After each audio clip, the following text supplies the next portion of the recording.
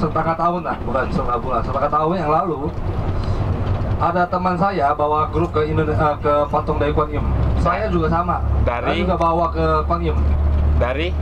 Hah? Dari negara mana? Dari Indonesia juga. Dari Indonesia. Ya. Tapi akhirnya dari grup dia ada salah satu bapak hilang. Hilang? Iya.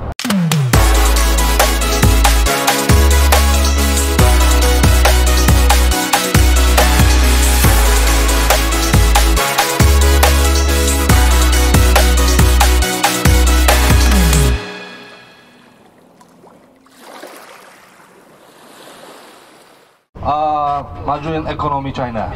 Boleh katakan apa? Waktu Bapak Deng Xiaoping ya, dia usul walaupun kucing hitam atau kucing putih bisa tangkap tikus, itu kucing baik. Artinya apa? Dia tidak menghilangkan korupsi. Ya, dia yang penting maju. Kan dulu di China kan miskin tapi banyak tanah yang kosong. Dia kasih politik yang bagus untuk menariknya pengusahawan, investornya di China. Makanya banyak orang dari Hong Kong, dari Amerika, dari Jepang buka pabriknya di China, ya kan? Lalu Anda buka pabrik di sini kan harus undang orang kerja. Nah, orang China kan bisa dapat kerja, dapat makan. Ya, mulai dari sana ekonomi China itu berkembang. Makanya China ini juga boleh disebut pabrik dunia. Walaupun Bapak Ibu kemana-mana ya, ke Eropa, ke Euro, ke Amerika, produk itu ya ada 60%, 70% itu semua produk made in China. Soalnya murah. Ya. Kenapa orang lebih suka bangun pabriknya di China? Soalnya orang China kerjanya cepat. Dalam sehari kan 24 jam. Mereka bisa kerjanya 15 jam. Tidurnya cuma 7 jam, 8 jam, bangun, kerja lagi. Ya seperti itu. Makanya kata Bapak Deng Xiaoping, time is money, efficiency is life. Ya, jadi orang sini kalau Bapak Ibu sering ke kota yang maju ya, ke Shenzhen, ke Guangzhou, ke Beijing, orang itu kerjanya cepat, jalannya cepat, makannya juga cepat. Iya, kalau Anda ke Hainan masih belum merasa. Soalnya Hainan ini kan penghasilannya dari pariwisata. Jadi orang sini ya santai-santai, belum ngeburu-buru. Ya, kalau Muslim dari China tersebar di mana-mana ada. Ya, paling banyak itu semua dikumpulnya di barat China. Barat China. Ya, di barat. Suku Hui. Berapa populasinya? Hah? Populasinya berapa? Populasi maksudnya? Iya. Jumlah penduduk misal dalam 100 ada 20 orang Muslim misal. Oh. Kan China kan 1,4 miliar. itu yang Muslim ya. Ya, Muslim persentasenya mungkin berapa? ada 10% lah palingnya. Oh, 10%. 40. Ya, mungkin 100% kurang lebih Masuk ya. besar juga. Ya, soalnya dia di satu provinsi itu semua. Iya.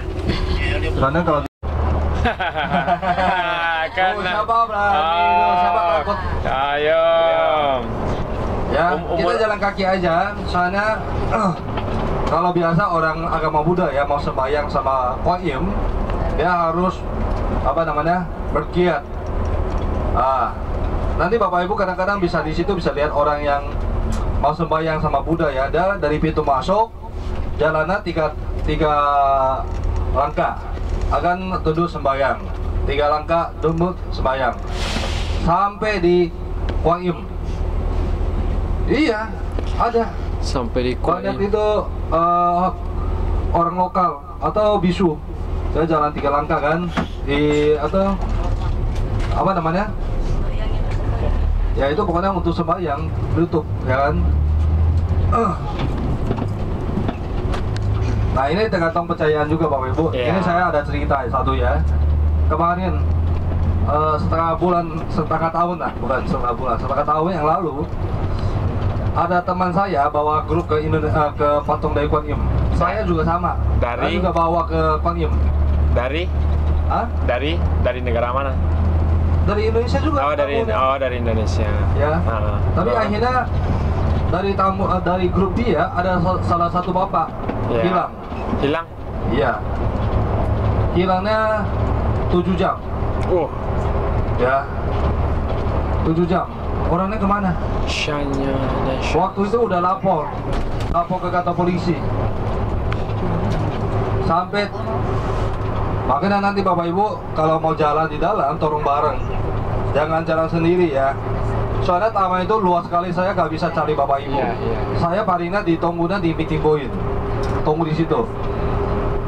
Tunggu Bapak Ibu datang kemari ketemu sama saya. Ya, kenapa dia hilang?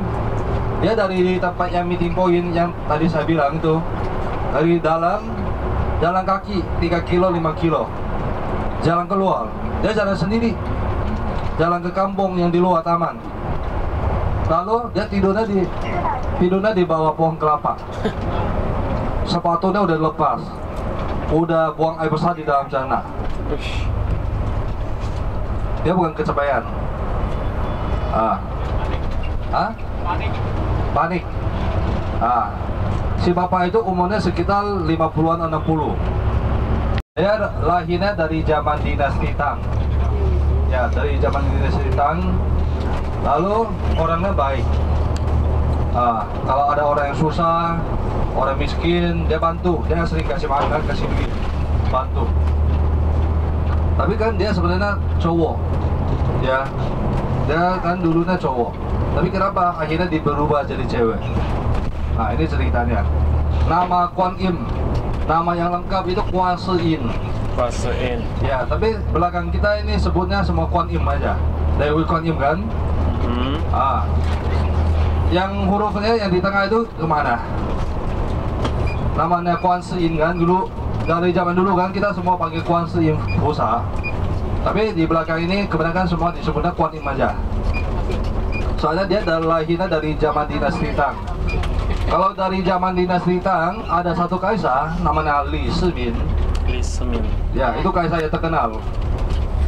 Kalau zaman dulu kerajaan atau zaman kuno, nama rakyatnya nggak boleh sama nama kaisar.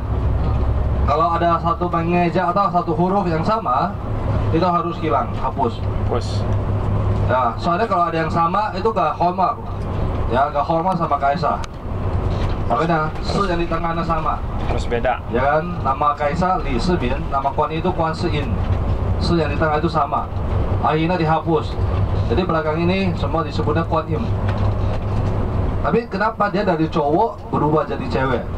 Kalau zaman dulu, ya, kalau cewek-cewek, kalau menikah, dia nggak boleh keluar dari kamar, nggak boleh keluar dari rumah, jalan-jalan ke mall lah, ke pasar lah, kemana-mana, nggak boleh.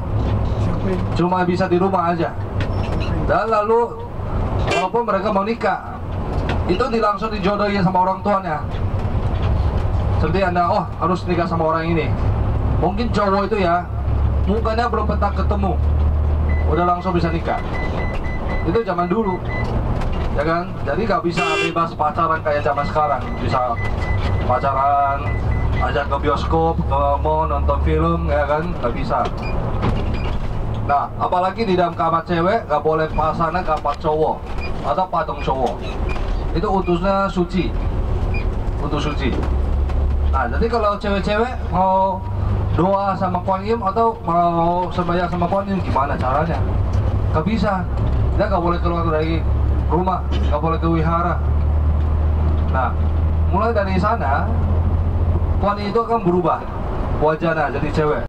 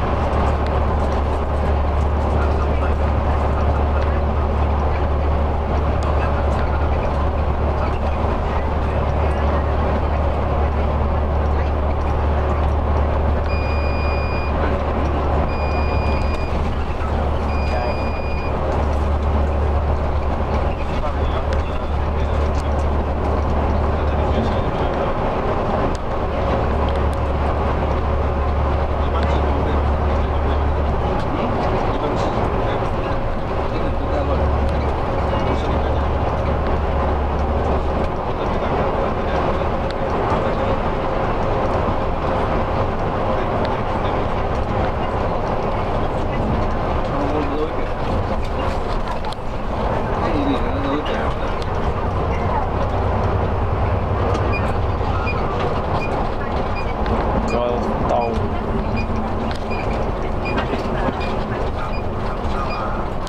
小屋子。